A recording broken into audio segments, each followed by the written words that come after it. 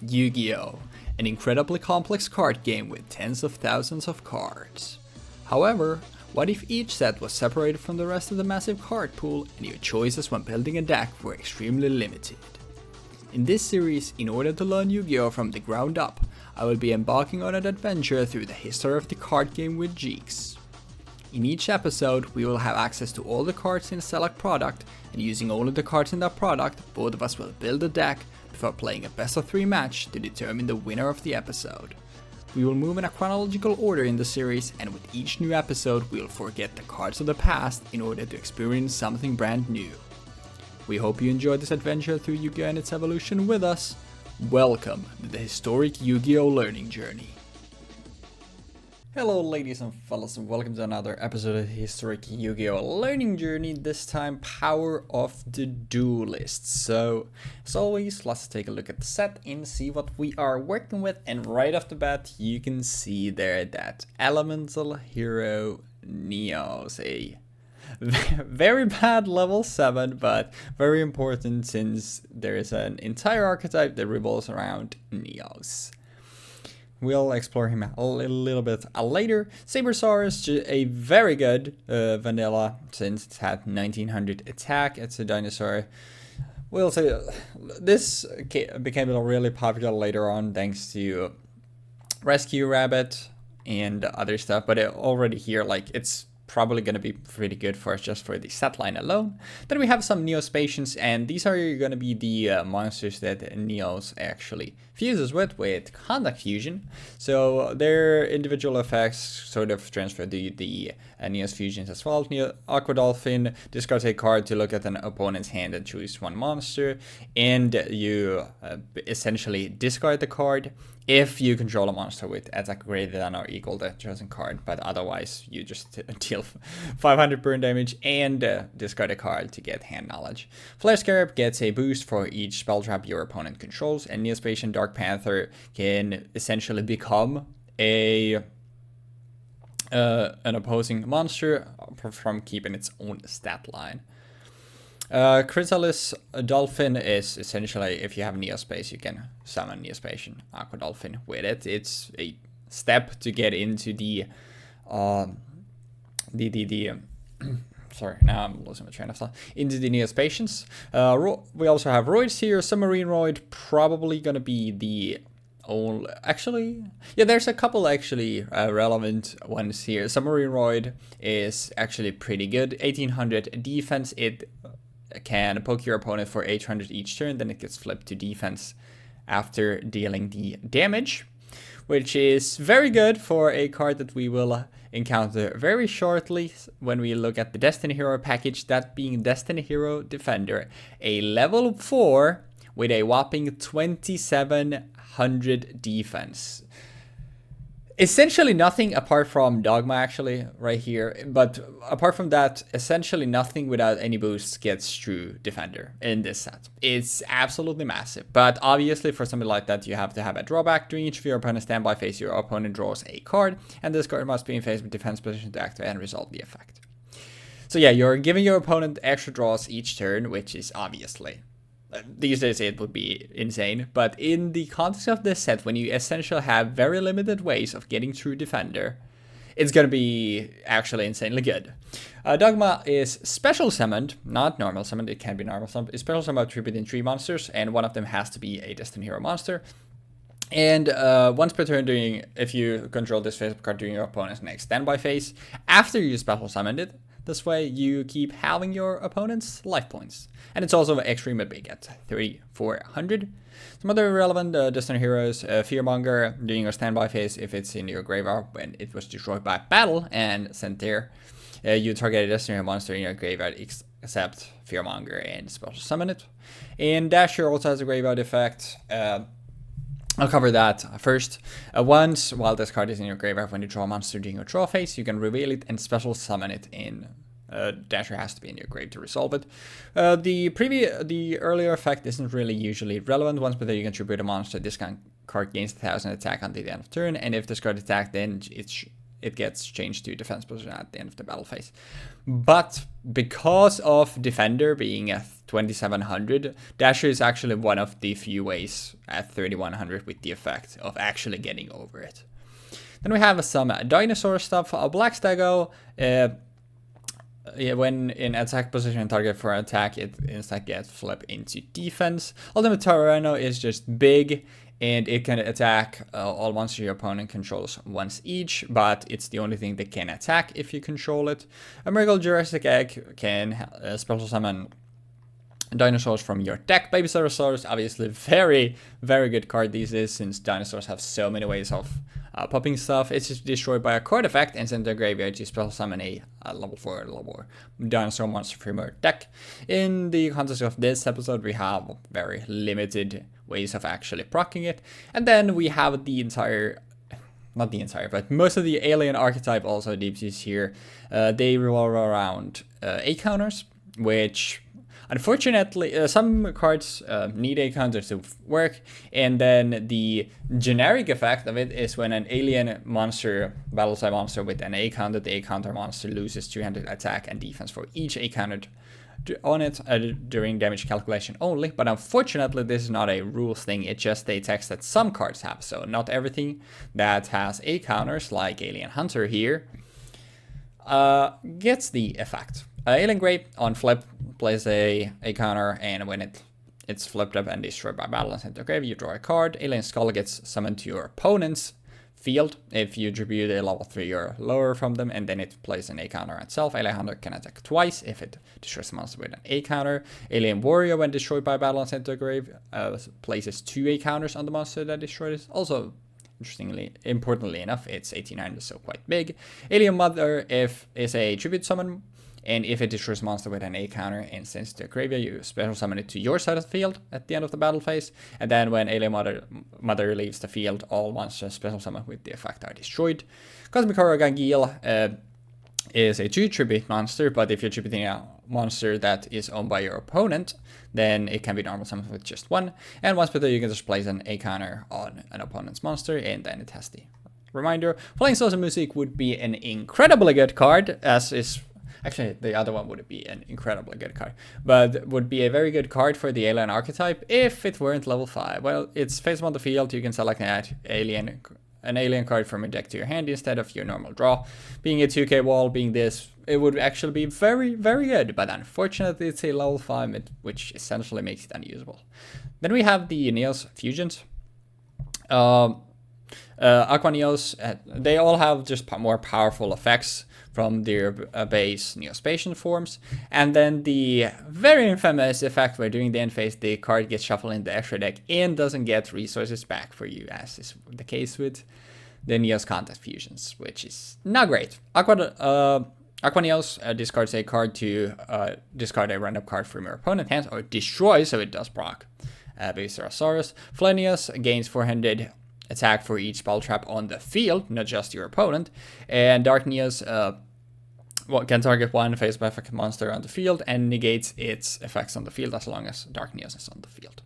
Chimera Deck Over Dragon gives us access once again to Cyber Dragon. It is a fusion of Cyber Dragon and then as many Magi monsters as you want to, and it must be fusion summoned. If it's fusion summoned, you send all other cards you control to the grave, and then the original attack and defense of the card become equal to the number of fusion materials times 800, and it can attack your opponent's monsters a number of times each battle phase up to the number of fusion materials. Then we have Ambulance Rescue Roid, which basically once per turn when stuff is destroyed by battle on your turn, you can special summon it back in defense position. Not really relevant. Jumbo Drill also not really relevant. It's a fusion of 3 different monsters, and it just inflicts piercing battle damage. It's big, but what's important here is it lists Drillroid by name as a material. And that means we get to play Drillroid in the episode. And obviously, as I already said about Defender, which is really hard to get over, Drillroid just destroys it with the effect. So, very powerful. As for then getting into the spells, Fake Hero essentially is here to easily get Neos on the field, since it's a level 7, so summoning it normally would be awful. Overload Fusion and Future Fusion are important here for Chimera Attack over Dragon. Future Fusion used to be incredibly good, but now during your first standby phase, it doesn't do anything. During the second standby phase, sorry, not the first standby. When you activate it, it doesn't do anything. The next standby phase, after you activated the card, you show a fusion monster in your extra deck and send the materials list down into the grave. And then during the next standby phase, you then fusion summon it and target it with this card. And when this card leaves the field, you destroy the target, and vice versa. But with Overload Fusion, you get to summon Chimera Attack over Dragon on the first turn after activating this card. So you still have to wait a turn, but it's still pretty good. Neospace is the training wheels for the Neos fusions. Dark City is essentially skyscraper for Destiny heroes. And the Mausoleum of the Emperor, probably the most interesting field spell and the most relevant one here. During the main phase, the turn player can pay 1,000 to normal summon a monster from your hack that requires 1 tribute without tributing, or pay 2,000 and normal summon a monster that requires 2 tributes without tributing. Then for the traps, Destiny Mirage, when a Destiny hero monster you control is destroyed and sent to a graveyard by a card effect, specifically, you special summon it to your side of the field, and so you special summon all Destiny hero monsters that were destroyed this turn to either graveyard. Sent to either graveyard. Sorry, I'm recording this pretty early, so I apologize. My I'm still a bit of a scatterbrain.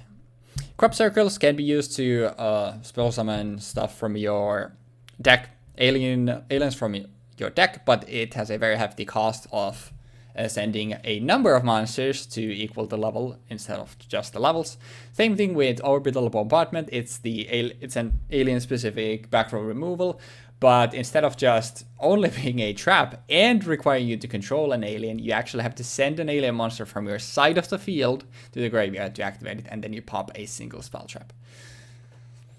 Yeah, they were struggling to find replacements for MST. Fossil Excavation is interesting. It's essentially a Call of the Haunted for dinosaurs, but it negates the effect, and you have to discard for it, so very hefty costs.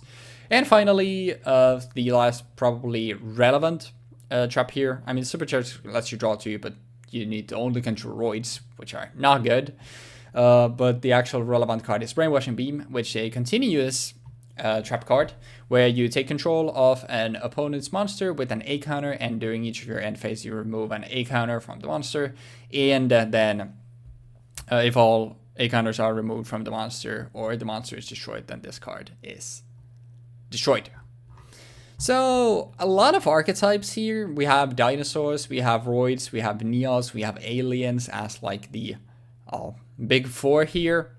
So I'm assuming that Jeexx is obviously going to be on neos, since he did claim he's going to be playing heroes every time. So it'll be very interesting to see what he ends up bringing to the table. But yeah, hopefully you enjoyed the sub breakdown. Sorry for my scatterbrain, and I will see you all in the deck building section next. So, how are the duelists, right? Everybody loves Neos, right? Neos is the best elemental hero card, right? Raise the roof for some. So yeah, Power of the Duelist is where Neos comes in.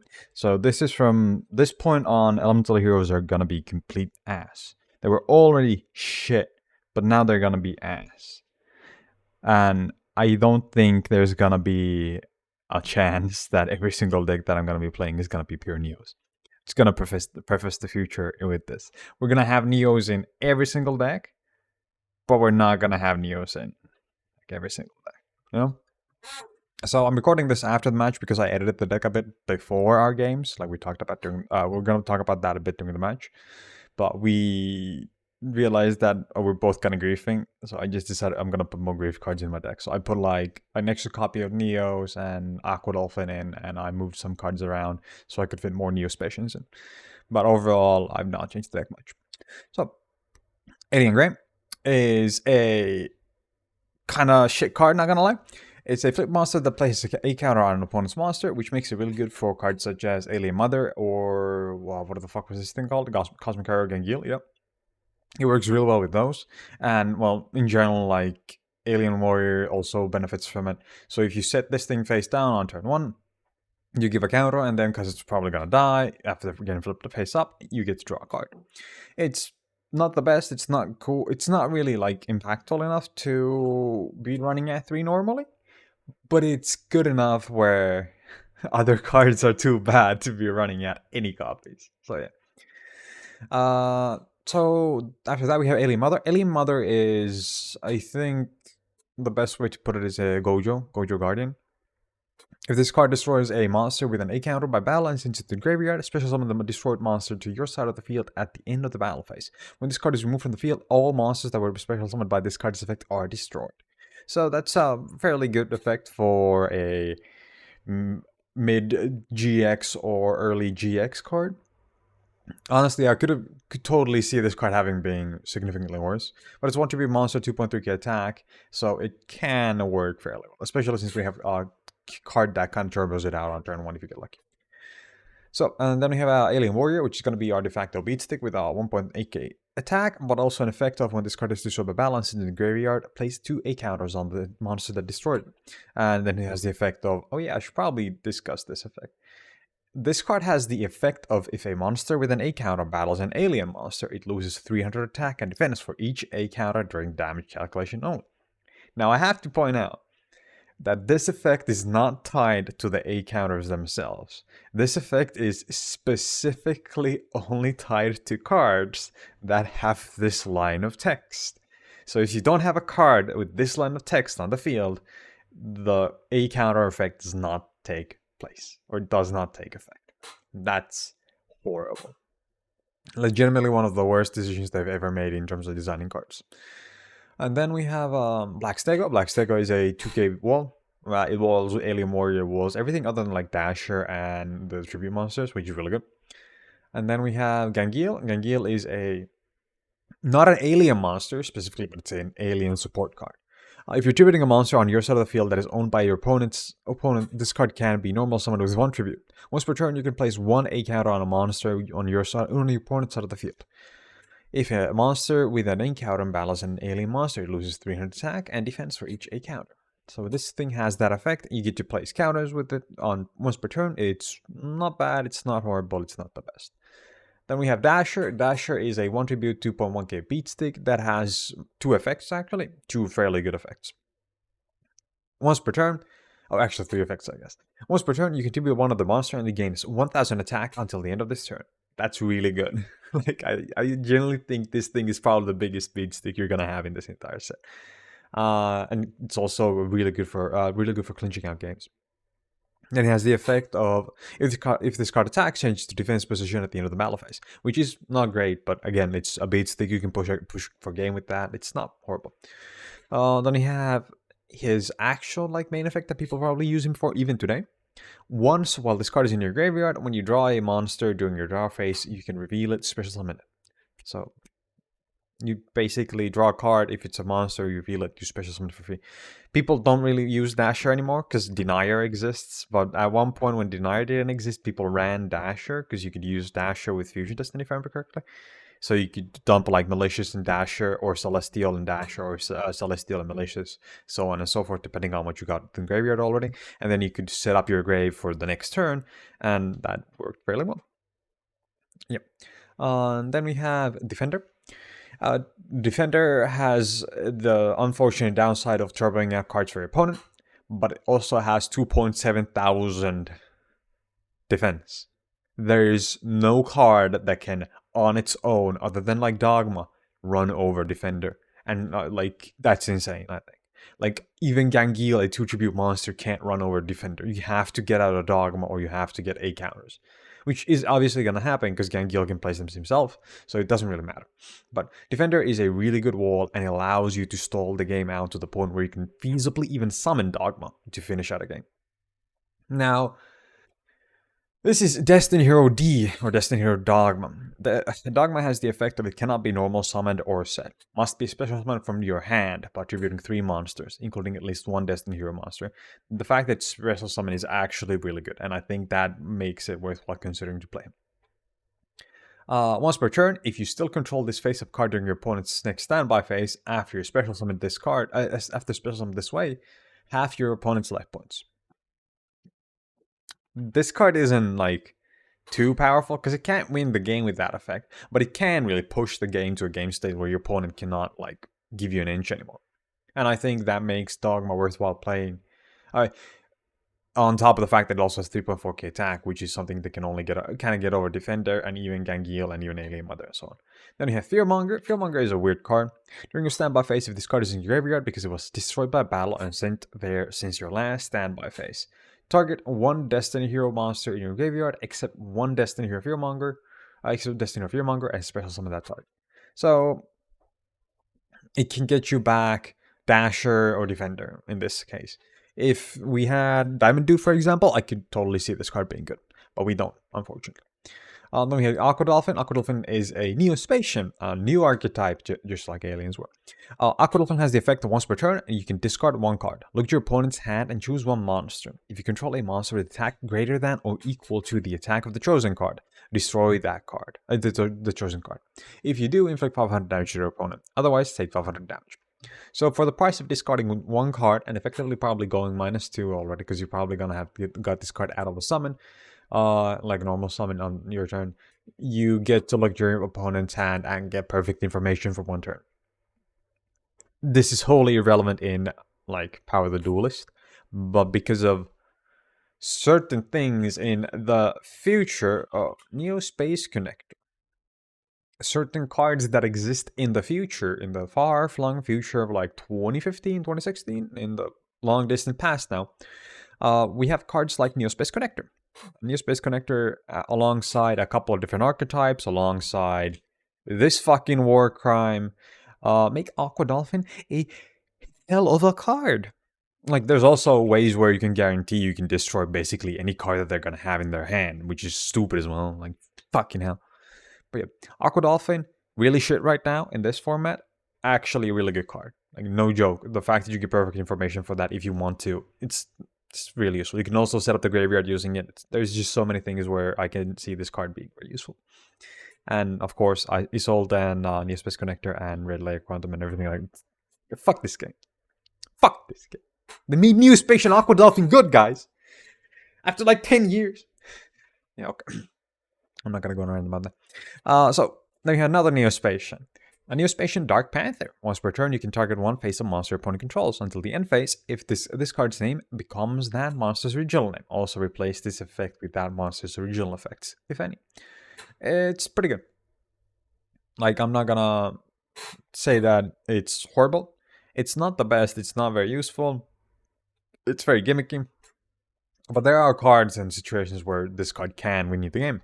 For example, Cosmic Horror Gangiel. If Gangiel is on the field and you have Dark Panther, put a counter on Gangiel, Brainwashing Beam, grab the Gangiel, place another counter on something else, run over that. Actually, I just realized that Gangiel isn't even an alien, so he doesn't really gain the benefit of 8 counters. That's so shit. That's so horrible. I didn't even think of that. But yeah, Dark Panther, I think it's the best Neospatial we have access to, outside of maybe Flare Scarab. Flare Scarab is a possible comfort behind victory in a way. If your opponent's not paying attention, they keep setting all their like spells and traps and playing all the field spells they can, he will eventually get to the point where he's gonna have like 2000 attack, or well, 2000 more attack, so 2.5k beat stick, and that can make him a really, really big threat. But I don't think it's likely to happen. I think it's just worthwhile considering and having him in the deck because of that. Then we have Submarine Roid. Actually, just to explain, he gains attack for each spell or trap your opponent controls. Simple as. Submarine Roid. This is this card is weird. It's like a defensive wall that can attack and then go back to defense. I think we had something like that before. I don't remember what it was exactly, but I remember us having something that attacked, went into defense. Oh, maybe it was Golem Sentry. Yeah. Golem Sentry attacking and then you setting him face down again. Yeah. This card's really good for the format that we're in, simply because of the fact that it's a 1.8 thousand defense wall, which means that there's no cards in the main deck outside of tribute monsters that can just swing over it, unless you also have A counters on it, and you can't crash Alien Warrior into it. Really important. And it can also deal damage through Defender. So, oh yeah, and to make that clear, it can attack directly. It can't, like, it attacks directly and then you turn it into defense. Yeah. Sorry, I should have just broken that down normally. A new elemental hero has arrived from Neospace. When he initiates a contact fusion with a Neospatian, his unknown powers are unleashed. So elemental hero Neos is a blight upon elemental heroes. This card ruined any chance of elemental heroes having any competitive presence. And I would argue that you should never play Neos if you can possibly avoid it. But I'm deranged and I love this shit. I love how horrible this card is. It's so dog shit. I would never recommend you play it though. It's 10 out of 10 though. It has 2,500 attack and it's Jaden's ace monster. It's just like Dark Magician because they wanted to make him a Dark Magician for some fucking reason, even though they could just make that Dark Magician a fusion monster instead. But yeah. And after Neos, we actually have a card that lets me summon Neos. Mausoleum of the Emperor. During the main phase, the turn player can activate one of these effects. These effects, you can. Oh, I guess you can only activate those. Yeah, water. Pay 1,000 life points immediately after this resolve. Immediately after this resolves, normal summon one monster from your hand that requires one tribute without tributing. Pay 2,000 life points immediately after this effect resolves. Normal summon one monster from your hand that requires tributes without tributing. So you can summon any tribute monsters for basically one. For the cost of playing just one of these. It's honestly fairly good. I don't think it's gonna win you the game though. I don't think you're gonna play Mausoleum into Neos and win the game. But yeah, it's gonna be there because otherwise we can't fucking play Neos. We need it more than anything. Then we have a Brainwashing Beam, which is the reason why I had to pivot into Aliens rather than going pure Destiny Hero or Neos. And it has the effect of select one monster with at least one A counter on your opponent's side of the field and take control of that monster. During each of your end phases, remove one A counter from that controlled monster. If all A counters are removed from that monster, or that monster is destroyed, destroy this card. So basically, you yoink a card near permanently. Because the fact that you can kind of refuel it with cards that, or actually can't refuel A counters on them, but you can yoink any card on your opponent's side of the field and then kind of just ram that into them and then sack it for something. I was really afraid of Dogma getting yoinked and that winning the game or losing to your opponent because of that. And I just kind of felt like that's not worthwhile dealing with. So there's another card that we eventually had to put in, and that's what forced us to play Aliens eventually. After that, we have Crop Circles, and this card is a fucking anomaly. Send any number of monsters from your side of the field to the graveyard to activate this card. Select from your deck one alien monster whose level is equal to the total levels of the sent monsters and special summon. If you fail to find a special summon, you take 2,000 damage. You cannot use this card if you do not have legal targets. You cannot fail to find a monster to special summon. It's impossible. Actually, no, I think it might be possible because you can send too many cards from the field to the graveyard, and you can then search your deck and be like, oh fuck, I sent too many monsters from my field to the graveyard. I can't summon anything, and then you take 2,000 damage. But that would be stupid. That would be silly. But yeah, then we have Destiny Mirage. Destiny Mirage is a Destiny Hero support card, as its name entails. When a Destiny Hero monster you control is destroyed by battle and destroyed and sent to... Wait. When a Destiny Hero monster you control is destroyed and sent to the graveyard by an opponent's card effect. I just thought that was a... like, battle. I didn't think it was a card effect. Special summon to your side of the field all Destiny Hero monsters that were destroyed and sent to their graveyard, either graveyard this turn. This card should not be in here. I spaced out. I thought it was from battle, not by effect. Then we have the actual reasoning for why we're playing aliens.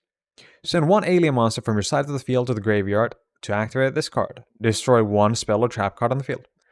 This is the only form of spell trap removal in this entire set. So, needless to say, Brainwashing Beam would be, however, like, you could not get rid of this card without playing aliens. So that's why we're playing aliens. Yeah. And then we have the side deck. Side deck consists of Gangiel, Cyber Dragon, because we have a Chimera Takeover Dragon in this. Then we have Dasher, second 2K Wall, more copies of Aqua Dolphin, then Flare Scarab, Submarine Roid, Neos, and then we have D-Chain. D-Chain is a equipped trap. Target one Destiny Hero monster you control, equip this card to that target. It can suffer an attack if it destroys an opponent's monster by battle and sends it to the graveyard, inflict 500 damage to the opponent. There's something important to note. There's also a card called Cyclone Blade in this, and that's also spell trap removal, but it requires you to attack, which is kind of shit. But yeah. Then we have the fusion monsters, and we're actually going to cover these because these have actual effects again. Chimera Tech Overdragon. So this set has a notorious card. Future Fusion. Fusion, yeah. Future Fusion. What is this? I've never seen this card. What the fuck? Okay. Future Fusion.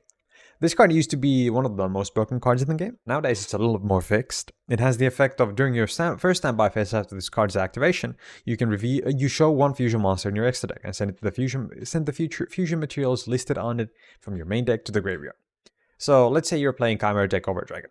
Chimera Tech Overdragon requires one Cyber Dragon and 1+ machine monsters.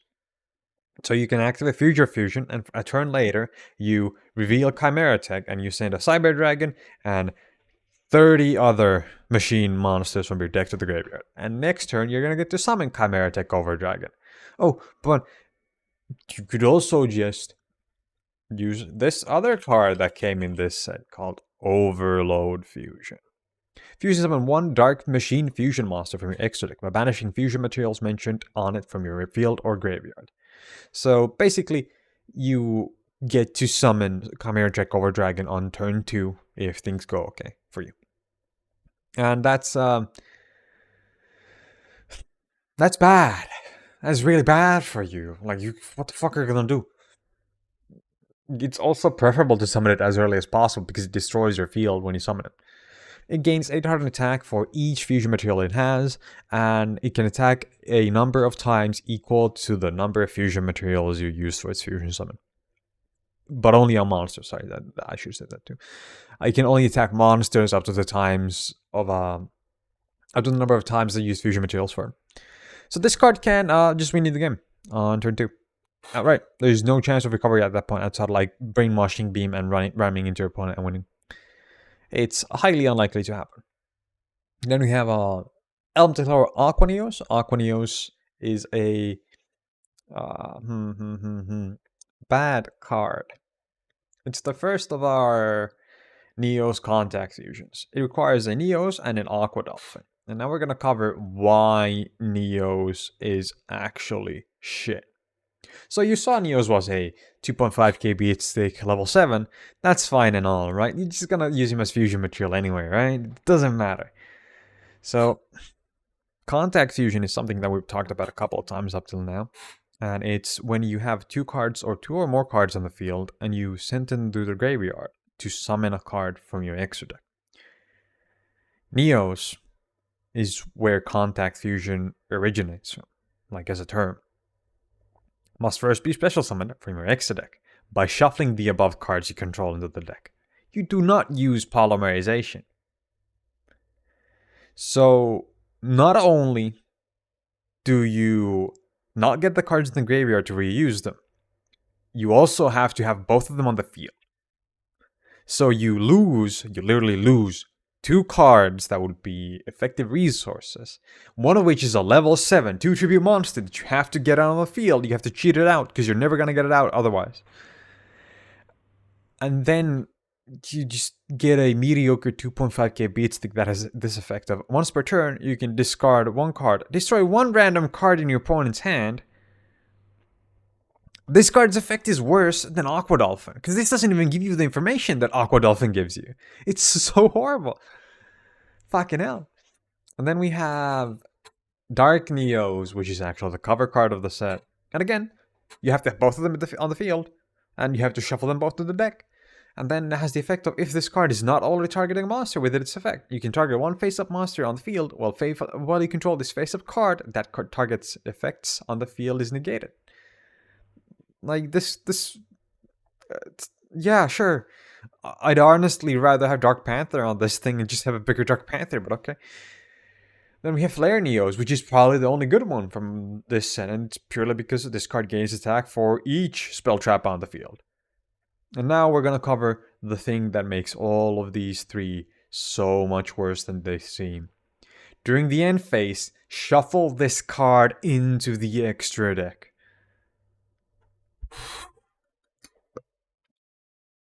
You spend 2 cards to summon this, one of which is a Neos. Neos is a 2 tribute monster, level 7. Level 7, 2.5k beat stick. You could just have it on the field and that would be better than one of these. But on top of that, you lose the 2 cards you used to summon this. Then you lose this card. Now, granted, there's a card called Neospace. Neospace is a Neos-focused field spell, which has the effect of Elemental Hero Neos, and all fusion monsters that specifically list Elemental Hero Neos as a fusion material gain 500 attack. Fusion monsters that specifically list Elemental Hero Neos as a fusion material do not have to activate their effects during the end phase to shuffle them into the extra deck. Why is this even a thing? Like, if it wasn't already insult to injury that the fusions require you to summon a level 7 to the field and then just fuck around with that for like one turn, and then they require you to summon Neos to the field, and then you have to shuffle Neos off, and then you have to summon a shitty fusion monster that probably doesn't do jack shit, and then you lose that shitty fusion monster at the end of the turn. Where did this come from? Like, we were perfectly fine with Flame Wingman, with Rampart Blaster, with Thunder Giant, with everything like that. Everything just fucking worked, even if that was dog shit. It still functioned. Who thought Contact Fusion, and specifically Contact Fusions that leave the field at the end of the turn, were a good idea? And this is why we're not going to be trying to play Neos in every set, guys. It's just not going to be feasible. It's going to be horrible. But that doesn't. That's Power of the Duelist. It's the beginning of the Dark Ages. And even more than anything, this is why heroes are a fucking joke. Yeah. Thanks for coming to my TED Talk. That was a really long breakdown.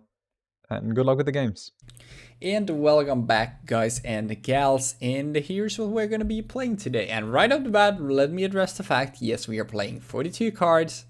We were battering a little bit with Jeexx, and ended up with, like, we know a little bits of each other's decks now, and he just ended up, like, because I said something that I'm gonna be playing, he was like, dude, you're very brave. You know, just for that, I'll put the jank package that I was thinking of in, and I'll just keep it as a 42 card deck. And then I was like, screw it. Let's both just play 42 cards. The set is jank anyway, so why not? But as always, let's take a look at the deck and see what we are working with. Right off the bat, you can see we are playing a lot of monsters, and the main reason for that is the spell traps in these set are not good. They are very niche, very specific, or just straight up bad. So that's why this is a very monster heavy deck.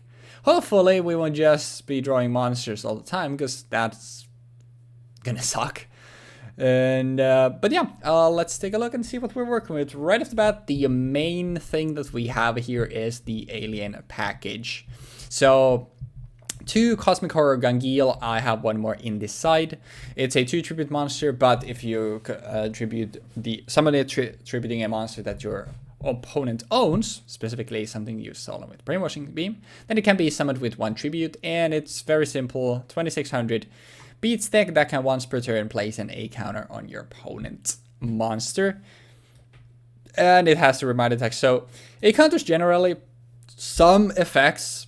Sorry, sorry about that. Some effects that the aliens have care about A counters, but the generic one is if a monster with an A counter battles an alien monster, it loses 300 attack and defense for each A counter during the damage calculation only. But unfortunately, this reminder here is not on every single card. So sometimes you have stuff like Alien Hunter, which we have in the side. If it destroys monster with an A counter by battle, it can attack once again in a row. But if this is the only alien you have on the field, then those A counters do nothing.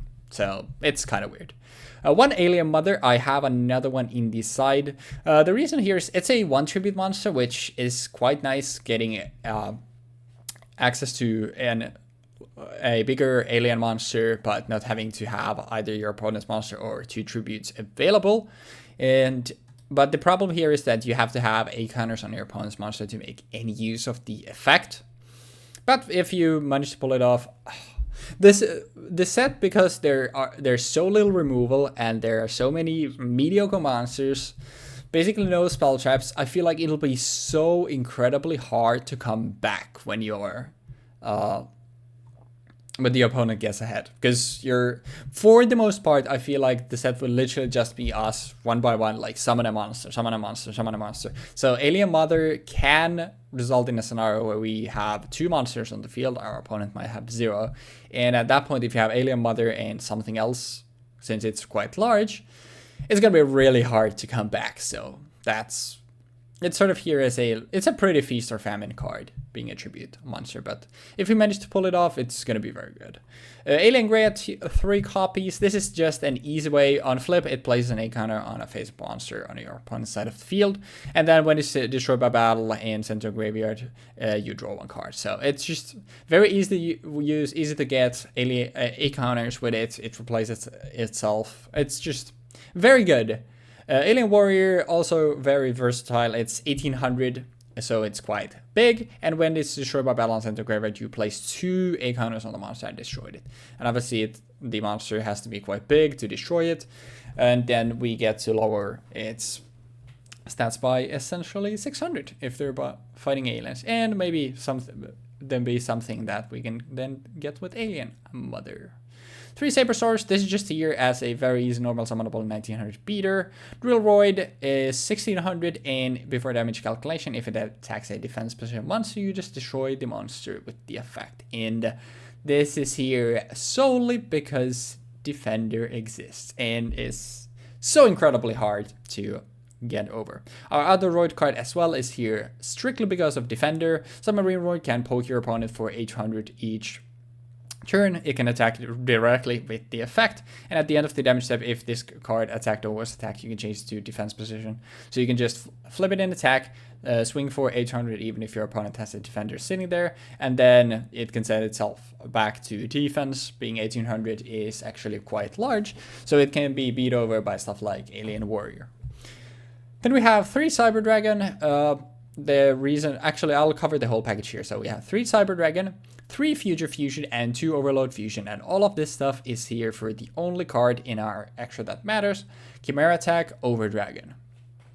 Obviously, in insane amount of setup, you have to set up Future Fusion, wait a turn, and then hopefully use Overload Fusion the next turn to not have to wait another turn. But if you have to, then you wait 1 more turn, and then you can summon Chimera Attack Over Dragon. And the problem with that would be when this card leaves the field, you destroy the target, and when the target is destroyed, you destroy the card.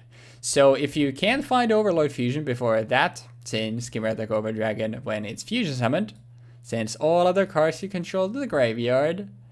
When it's fusion summoned to Future Fusion, it will send Future Fusion to the grave, which means it'll send itself to the grave. So yeah. We have a 3rd Overload Fusion here as well, but this is essentially like one of those magical fairyland scenarios. The reason why we have this here essentially is because Defender exists and it's so hard to get rid of. Essentially, it's just Drillroid to get rid of, or one of the other like payoffs that take ages to set up. So in the a chance that we get to a position where the games are running so long, we can actually just summon Over the Dragon and send like maybe 6 cards to the grave and just have an absolutely massive beat stick that is very hard to get over, since you basically have no removal here whatsoever for monsters apart from putting A counters on them and then stealing them with Brainwashing Beam. Next, we have a small Destiny Hero package. Defender here is essentially just because it's absolutely massive. Obviously, it's terrible that it lets your opponent draw extra cards, but it's so hard to get rid of, so it'll basically stall for forever, which is why it's very good. Fearmonger gets you Destiny Heroes from your grave back. Essentially, this is mostly here because we have Dasher here. If Dasher hits the grave, you can reveal a monster and special summon it when you draw it. and that'll help us get into stuff like our big aliens, hopefully, faster. And then when Dasher has hit the grave, we can summon it back with Fearmonger, which means we can do the Dasher shenanigans again. Dogma is here just as the ultimate boss monster that basically wins you the game if it hits the field. It's so insanely big at 3400. Every standby phase of your opponents, it halves their life points, and with this massive attacks, that mostly means that if it happens once, you're just winning the game. But it needs to tribute 3 monsters, and one of them needs to be a Destiny Hero monster, which is also why we have like stuff like Fearmonger to have their graveyard effects. But like, there is definitely a situation where we just sit on 3 defenders somehow for 10 turns, then we happen to find Dogma, and we distribute all of those for Dogma. But unfortunately, that meaning Jeexx draws essentially 4 cards during each of his draw phases. If he is on Dogma and Defenders as well, then he might get there sooner. So we already covered this package. We have 2 Mausoleum, 1 more in the side, but I don't think there's any world where Jeexx isn't playing this card. The only situation I would see where he goes literally like full on Neos, with obviously then needing Neo space because it's a training wheels for the deck. But apart from that, I don't see a world where Jeexx doesn't play this, and it is for a turn player, so I don't have to have this. As long as Jeexx has this on the field, I can use it. But just in case he goes full on for the Neospace stuff, then we can sign in the 3rd one. This is essentially just we can normal summon without tributes, stuff like Gangiel, Alien Mother, even Cyber Dragon if we need to, or Destiny Hero Dasher. So it just helps us get to stuff that we need faster. A Destiny Mirage, when a Destiny Hero monster you control is destroyed and sent to a graveyard part of its counter effect, you spell summon to your side of the field all Destiny Hero monsters that will destroy it and send to each either graveyard this turn. It just helps us reuse our Destiny Heroes. And like I said, like, there aren't that many great spell traps here. We just gotta go for the most usable thing. But there's definitely a situation where this just sits on the field and never gets procced, unfortunately. Brainwashing Beam, easily the, I was gonna say problem, but no, easily the best trap in the set. If your opponent has a monster with an A counter, you take control of this, and then during each of your end phases, you remove an A counter from the monster, and then if the monster loses its last A counter, then you lose this. But essentially, it just helps. It works like any other, like Brain Control or I guess Econ, stuff like that. You just get your opponent's monster, and hopefully you'll distribute them for Gangiel, but you can use it to swing games as well. 2 Orbital Bombardment, we have 1 more in this side. There is no spell trap removal here apart from this card, which is dreadful. In stuff like if Jeexx also is on the Chimera Tech plan, like Orbital Bombardment is essentially the only way to stop it. And also it can be used to pop Brainwashing Beam, but obviously you need to send an alien from your side of the field to activate it. It's an incredibly hefty cost, but in a situation where we have something like, maybe we have our like Alien Mother Gangiel, and Jeexx has an alien maybe, and has gotten like the A counters on one of our Gangiels or Alien Mothers, we can then use essentially this to send the monster that he's targeting with it to the grave and maybe pop something else, or we can just normal summon maybe like Warrior or something to pop the Brainwashing Beam that he already has if he has something like our Gangiel. So yeah, it's there essentially as a necessary addition. Like I said, like extra deck doesn't matter, but as for the side deck, we have the extra copies of Mother and Gangiel. We have 3 Alien Hunter. I doubt we'll ever side into this, but if we feel like we're really getting the A-counters going, then maybe, but it's not the biggest thing, so probably not. We have 2 Ultimate Tyrant just to have a 2 tribute monster that can beat over everything that isn't Dogma, because I don't know how we're gonna get over Defender, because we just have the 3 Drill Roid and then Submarine Roid, so there's no draw here, so it'll be hard to get into Defenders. But if you get into Defenders, then you also need to find the answer to those. And although it's speeding up your draws, it's, you know, it's still a big thing. So Ultimate Tyrant is there for that. Fossil excavation, just if we end up going with ultimate tyranno, we want to reuse that. We have a lot of monsters, so the discard cost isn't too bad, since we actually, let's say we have this set, we have like 4 monsters in our hand. We're not going to be able to go 4 changes and normal summon all of those anyway. We would rather use one of them to get back an ultimate tyranno right off the bat. Oh, like it's one more orbital bombardment, just if we feel like we need it. 3 crop circles. Send any number monster from your side as a field to the graveyard to activate the card, and then you summon an alien from your deck that is the level of those monsters combined. This means that we cannot, unless we have literally a full board of monsters, with including a fusion, we cannot summon stuff like Alien Mother. This would only be for stuff like Alien, Warrior, and that would require us to send 4 things. 99% of the time, I don't see myself playing this. This was mostly here just, okay, I don't know what else to put here. If we have a bunch of aliens, I guess we'll just throw crop circles in there. It's a bad card. The other only use for it is if we have something like Brainwashing Beam, we have Jeexx something. Before a Brainwashing Beam would be destroyed, we can use crop circles to send it to the grave, to burn ourselves for 2000, just to get rid of it. The alien archetype isn't very good. Extra copy of Mausoleum and extra copy of Overlord Fusion for the last of our side deck cards. Sorry, I feel like I rambled on a lot like this breakdown. I basically just explained a bunch of nothing. I do apologize for that, but yeah. I don't know what to expect of this set, honestly, because there are so many like different themes here.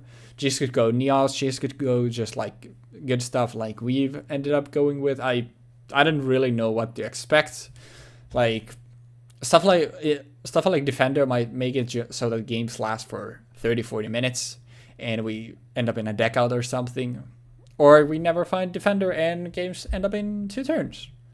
Or maybe we see a literally like turn 2 Neos or Neos Fusion or Chimera Attack hit the field. Anything could happen. I have no idea. But yeah, hopefully you enjoy the games, and I will see you all in the dueling zone. Peace.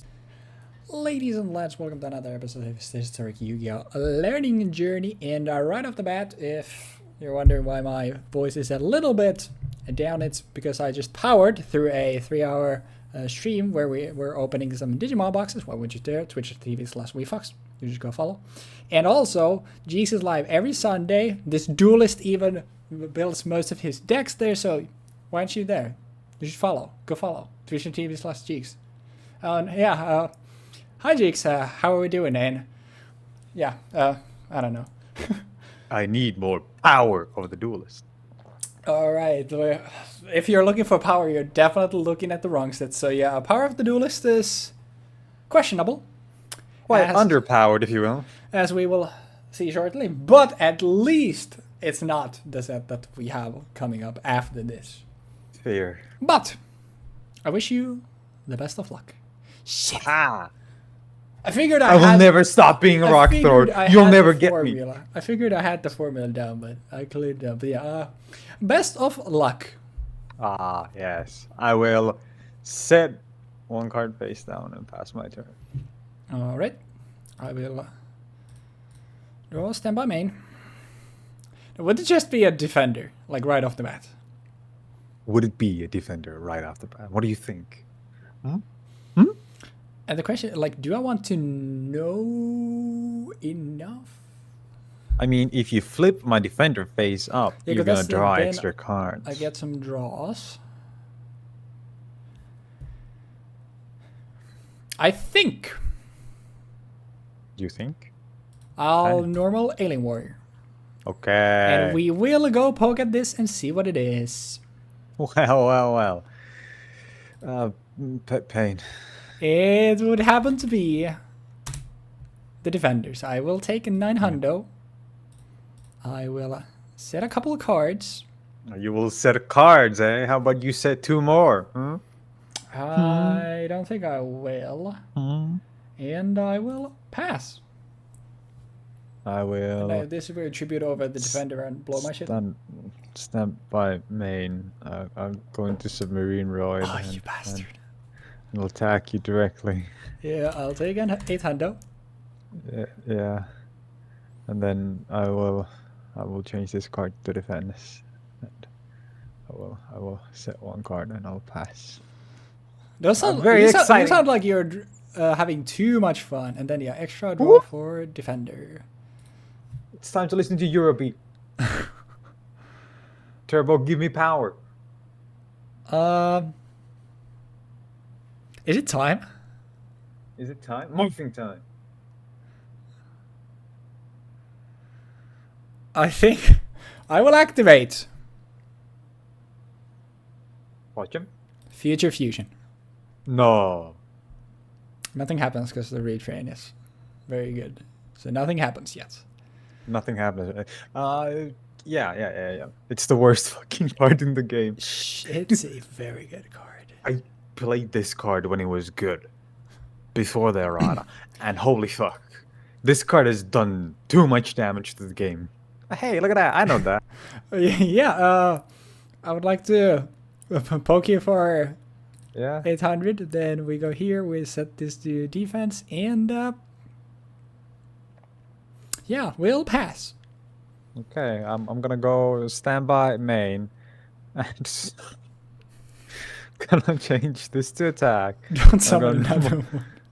No, I'm gonna go to battle phase and I'm gonna attack you directly for 800. Yeah. Then I'm gonna change this into defense. In main phase 2, let me just double check what this says. Tribute both for something. No, I will normal summon Alien Warrior and I will pass. This is a bad game. This is a This is a great game. This is actually one of the best games I have ever played. Oh yeah, it's my second standby phase. I forgot. So first standby phase after this card's activation. Yeah. So first of all I draw extra, and then the Future Fusion. This is my first standby phase after the activation. So I will show a fusion monster and send the fusion materials listed, where I will reveal a Chimera Attack Over Dragon.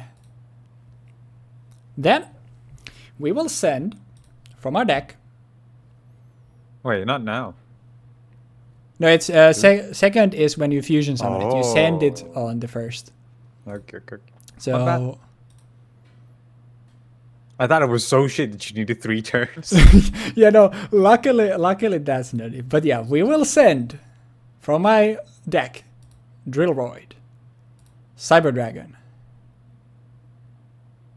Drillroid, Cyber Dragon, Cyber Dragon, Drillroid, Submarine Roid, and Submarine Roid. And then we are going to main. I miss playing, by the way. Oh, well, that's lovely. And then I will activate Overload Fusion. Yep.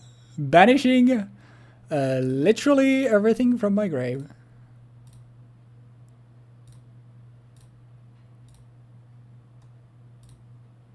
There we go. 8 materials to summon. Yep. Chimera Attack Over Dragon. And I guess I'll just put 8 counters on it. Does Zane have a theme? I don't know, but if he does, I'll be sure to find out and put it here. Anyways, so it's wait. He has one in Duel Links, that's for sure. Oh, okay. Well, that'll definitely work. So now it's what, a 6400? Yeah, we destroy. Is it not this one? No, it all can the cards you attack control with the numbers. graveyard, yeah. So yeah, it can basically just swing over everything. Now the question is, You dump your entire board, by the way. oh yeah, it's true. Hey. Let me send this and this. Now the thing here is that I'm not sure. Yeah, I think the real Yeah, I think this is the play. I will, because I didn't normal this turn, I will normal summon Alien Warrior. I will go to battle phase. I would like to crash our Alien Warriors. Yeah, this is the misplay I was talking about. Oh yeah, and yep, and then I will just swing over both of these things with Chimera Attack. Kind of, Yep. maybe should have left Defender, but Well, Defender is not gonna do anything, so. yeah, it's mostly just, it maybe would have given you a, like the one thing that I'm like worried is like, if I leave it, you get, you somehow get into Gangiel, and then you can put an A counter on this thing and absolutely destroy me, which is what I was worried about. So yeah, I'll just pass on that. So it's a 6400 beater. Pass. Yep. And now the fusion summon, blah blah blah, but it obviously doesn't work because It fizzles out. No materials. Yep. So this goes to the grape. Stand by me. And what would that be? Another defender maybe? Cause Wait, no. Wait. or does it? Because like you're supposed to send all cards you control to the graveyard. All cards, even the future fusion, even your spell traps.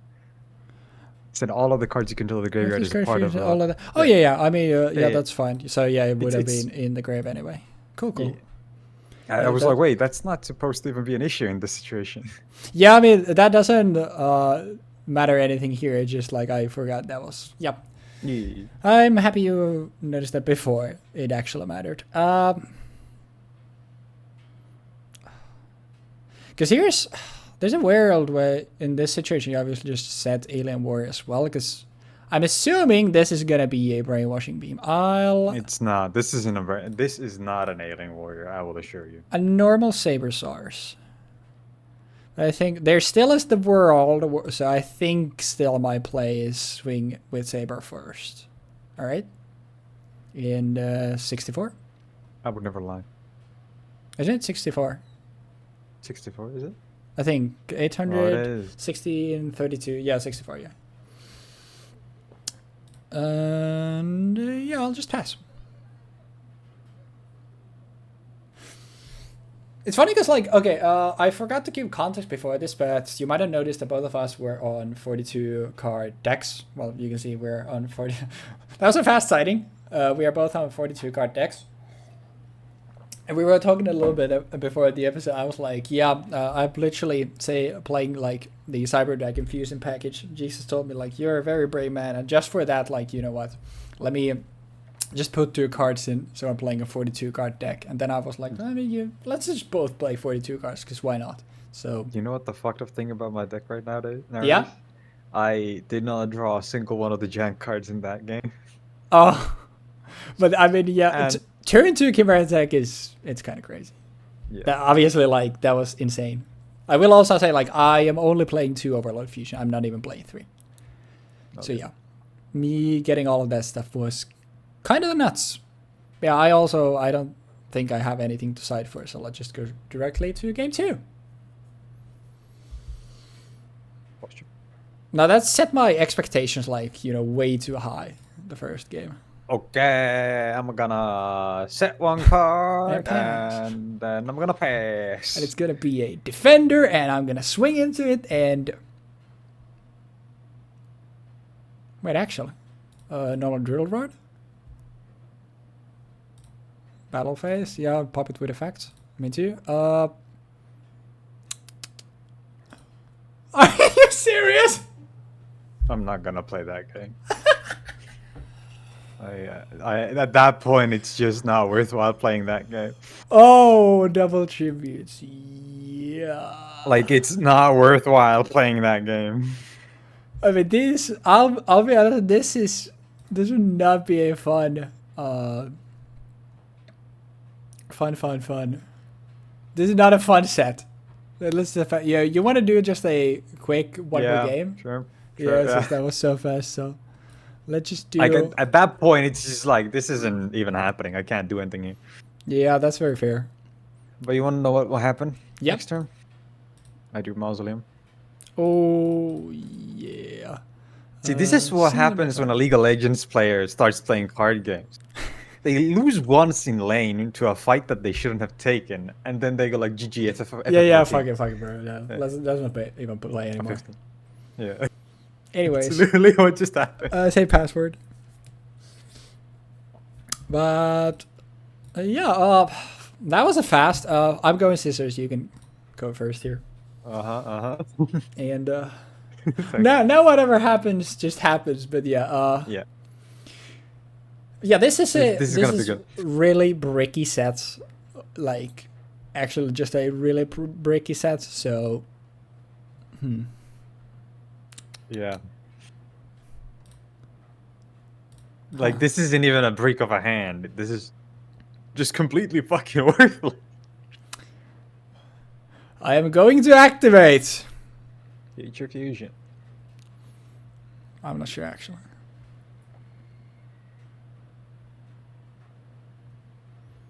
What would you set? I wonder what would I set. Like the defender, obviously, but I'm going to activate Future Fusion. Yes. I am going to. I'll just skip. You know, I'll review Chimera Attack. I'll send literally everything. Not yet. Oh yeah, true. Important. It is very important. Otherwise, there's no counterplay. Otherwise, it would be the good card it used to actually be. Yeah, because it was fucking broken. They could have done something like, you know, in between these two things, and it's not like... You know how they could have fixed that card? Yeah. You banish the materials directly. Haha. No! I mean, yeah, well... Okay. Yeah, I misclicked, I used to click it there, but like, obviously I do not want to swing with Submarine Road interface now. Yeah. I was like, wait, what? Okay. Damn. It's fine, it's fine. 800 damage and... Yeah, and then I set this in, then I pass. You know why this sucks a lot? Yeah? Because I don't have access to very many useful things. I'm going to put a counter on that. Alright. I'm going to go to end phase, and then... Start of my turn? Start of your turn, I'm going to fuck that up. Yep, it is gone. In my draw, so no effect, so we go... I made... And, This is actually kind of interesting. I think I'll... Normal Warrior. Let's go Battle Phase. I'll just skip this step. I don't need to do this, like, wonky thing with Submarine, so I'll just swing 26 total. Main 2, I'll set it back in. I'll just pass. But that's like, why is Orbital Bombardment? Not just if you control an alien. Ladies and gentlemen. Oh, it's Mausoleum time, baby. I will pay 1,000 life points to normal summon Alien Mother? Destiny Hero Dasher. Oh, Dasher? He's very dashing. He is quite dashing. And then I will attack into your Submarine Roy. Submarine down. And then I will pass. Alrighty. This is turn player, right? Yeah. Huh. Because, you know, it's a good card. It is a very good card. I would like to pay 1,000 life points. Yes, you're going to put Gangio. To get Alien Mother. Oh, the good one. Yes, it is quite large. And you're going to swing Alien Warrior into it, and then you're going to swing Alien Mother into it, and then you're going to special summon Dasher using Alien Mother's effect. Right? I'm thinking... And then you win. 3 cards. I'm thinking most like, what do I want to get from my hand? I will obviously like take the Dasher, but I'm thinking, do I want to do something before that? No. Yeah. So I'll just do this. Obviously, I'll take the 300 from the crashing. I'll put the counters. Then I'll swing over it, and it's then what, 300? Actually, no. Yeah, it's only that one, which I don't have anything to have the reminder text, so it's only for 200 damage. And then 20 damage. You can't attack with Dasher. Does it say so? When this At the end of the battle phase. Oh yeah, true. Yeah, then it does matter. Yeah. So yeah, that then we go into I'll just set a monster and I'll pass and yeah, Wait, good didn't you luck. just normal summon Alien Mother during your turn? Is Using it Mausoleum? normal so but since you can do that because I thought it works the same way where what is it? Is Black Whirlwind where doesn't it like it's essentially I can check the ruling. I assumed it worked the same way as Black Whirlwind, Because where it it essentially used to have a entirely different wording on it, which Like- used to be that you can pay 1,000 life points to tribute like one less monster, basically.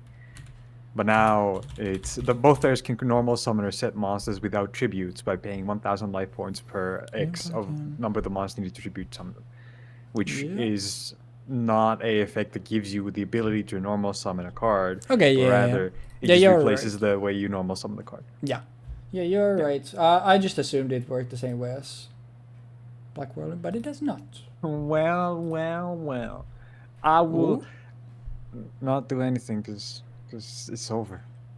I mean, it's essentially like over. if you have Defender, it buys you a turn. It's over.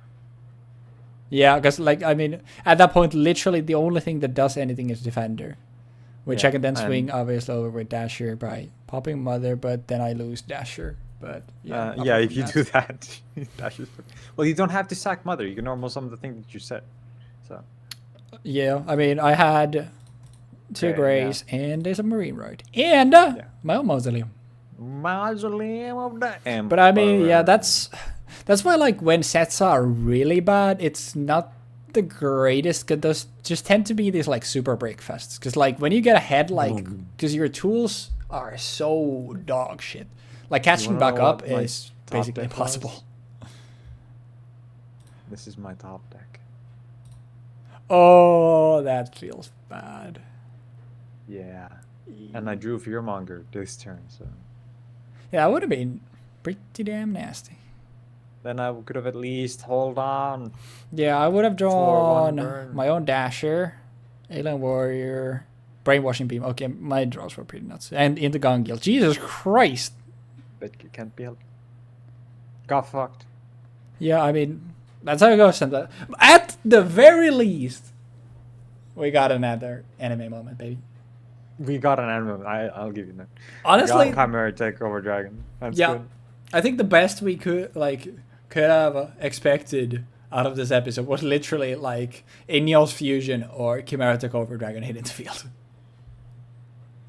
Did you have a way to get like the Neos fusions? Yeah, I had the ability to normal summon Neos using Mausoleum of the Emperor, and then I had Flare Scarab, which I drew both times in all 3 games. Oh shit! What were the 2 cards, by the way, that you added when we were talking about it before? I added Aqua Dolphin and Neo. Hell yeah! Oh yeah, previously it was just 1 Neos, just so you can say that you played hero every time. Yeah, that's exactly what happened. I had 1 Neos in my side, 1 in my main, and I had no Aqua Dolphins. I had Flare Scarabs in my main deck, and well, I had 1 Flare Scarab in my main deck because I was thinking that can actually become a relevant threat if my opponent is playing too much back row at the same time. Yeah. If they're not taking it into account, it's actually really big in this because we can have a total of 6 spells on your side of the field. Yeah, because like obviously, I think Mausoleum was like basically an auto include for both of us in this set, and it's like, yeah, you have the argument like because I was playing 2 because I was like, there is no world where you're not playing this card, so I was like, I can cut down on 1 of them, but then obviously the Chimera deck package with Overload and Future is hard maybe, but if you then take a look at like the trap lineup, like Brainwashing Beam is hard to pop because Orbital Bombardment is basically the only way to pop spell traps, and then Destiny Mirage is only for Destiny Heroes. So it's like there is a situation where you, I mean, I'll just set this now, and then you don't really get to pop it. So it definitely like Flash Garb could get quite big. It was it 400 per spell trap that it gains?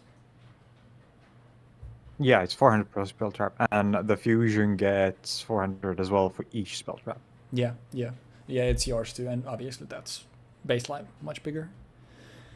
But Yeah, that was the power of the Duelist. There ain't much there, I'm not gonna lie, but... That there was not much power in that. I'm afraid I will have to continue searching for more power. We were Duelists, but we did not have the power. I had the power in the one moment where I got Chimera Tech on the board, but... That's about it. Anyways, that was a very short one. This show is like funny where it's like you go through the deck breakdowns and stuff, and then you're like, huh, the match is starting now. We're already halfway through the video. What is going on? And this is what's going on. That's Yu-Gi-Oh for you sometimes. I mean, to be fair, that was mostly me getting Omega fucking tilted off the drill roid. To be fair, it's I can't blame you really. I mean, I definitely you had 2 tribute monsters in your hand. I had a pretty decent hand actually too. To be fair, if I played that game out, I could have got Mausoleum on turn 2. Yeah, I mean that's definitely always changed. So that's beefing on my part. So that made these sets very bad in quality, and I'm gonna take the blame for that. It's fine. Sometimes we need some drama. Sometimes it's Yu-Gi-Oh! After. We need some drama sometimes. Sometimes you gotta get mad. Sometimes you gotta get talk. Mad. It's even better because it's like Madge, but it's base G. The combination of 2 very powerful emotes for sure. Strong. Well, if only we had Smoge or Smudge. Yes. Smadig. Yeah. Angrily smoking his cigarette.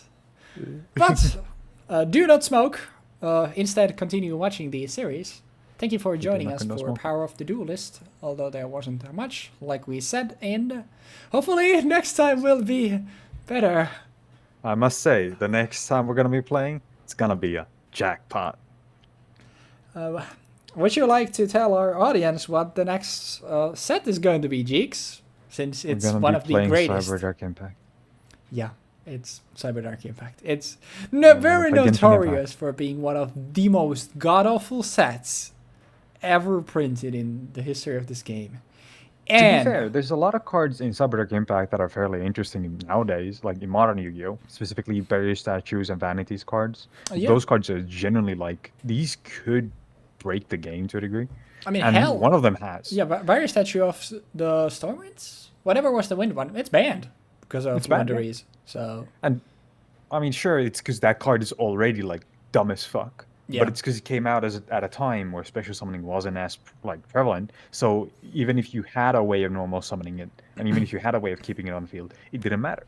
But in modern Yu-Gi-Oh, because the fact that you can easily get it out, and you have things that can play around that and prevent shit from happening, like, and you can have a pure wind deck to play around that, it's just broken. Yeah, honestly. So you can't really knock Cyber Dark Impact for being a bad set anymore, because the cards in the hindsight is good. It's just like obviously like when we look at it, it's gonna be awful because find synergies there. So we don't have anything. Like why are the Cyber Dark cards themselves? They all care about dragons. There is no fucking dragon to be summoned with those. I don't understand what their thought process was in making them be dragon reliant. And Cyber and Dragon is not a dragon. Yeah. Like, what the fuck? That was the thing that it gets in this show. It is some confusing philosophies sometimes go on in Konami HQ, for sure. But, Absolutely. It is like that somehow. And I guess to stretch the episode a little bit more, one final thing. I will have this in the start of the next episode, because it's quite the, I guess, integral part of it. But another spoiler alert for the Cyber Dark episode. That is also the start of Champion Packs. And in Champion Pack Game 1, there's actually a bunch of good stuff, which would result in, I guess, pretty optimal deck for Cyber Dark Impact, including 0 Cyber Dark cards. So from like now on, most of the time, this doesn't matter. But for cases such as next time where we have Cyber Dark Impact and we have Champion Pack Game 1, we will have a rule in place where you have to have at least 15 cards in your main deck from the main set of the episode. Because it's the more, I feel like, exciting part. I mean, exciting Cyber Dark, funny. But like the more still iconic part is the actual sets and not some like champion packs, tournament packs, stuff like that. It's cool to think about and reminiscent about, but there isn't. It's not that interesting by itself. So we just figured like this would make more sense because otherwise, the Cyberdark Impact episode, which is such a notorious set, would have no Cyberdark Impact cards. So yeah, we will have to be playing at least 15 Cyberdark Impact cards in our main deck originally. Obviously, then you can side out of them, and probably will. But at least that gives us an avenue to actually see them, and in the deck breakdowns we will hear about them, because I have a hunch that the deck breakdown for Cyberdark Impact, the set breakdown won't take too long if I'm gonna be talking about relevant cards, because God knows there aren't many. But Yeah. with that, do you have anything else to say, Jeexx, or should we let the people out of here finally? I'm gonna release the people. All right, we will release the people. Thanks for watching, and we will see you hopefully next time for Cyberdark Impact. Have a good one, y'all. Peace.